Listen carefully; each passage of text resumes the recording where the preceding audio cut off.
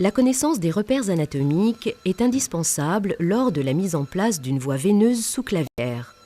Après avoir dessiné les repères anatomiques, une désinfection cutanée en 3 temps est réalisée.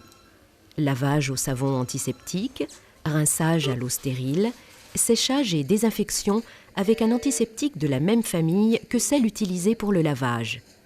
En cas d'extrême urgence, une simple désinfection avec une solution alcoolique est acceptable.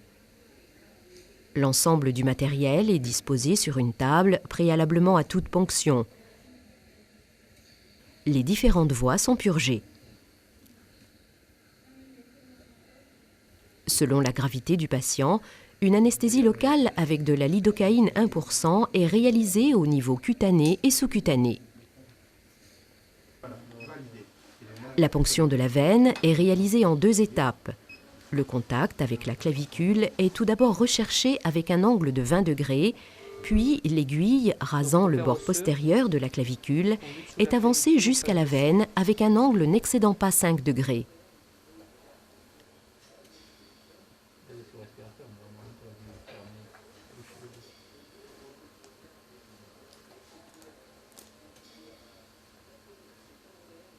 La montée du guide métallique ne doit présenter aucune résistance.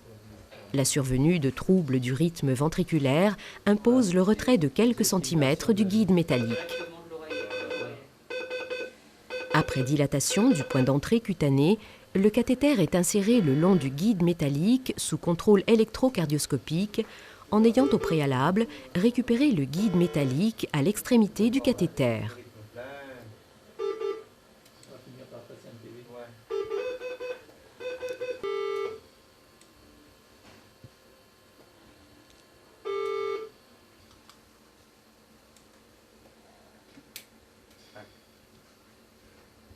Ce dernier est solidement fixé par des points cutanés.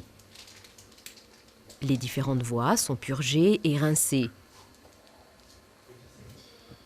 Les raccords sont enveloppés afin de limiter le risque infectieux.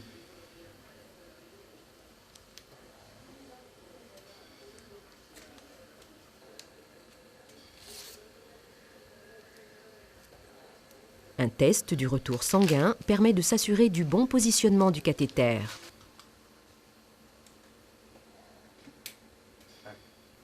Une radiographie thoracique de contrôle est systématique. Un pansement stérile et étanche termine la procédure.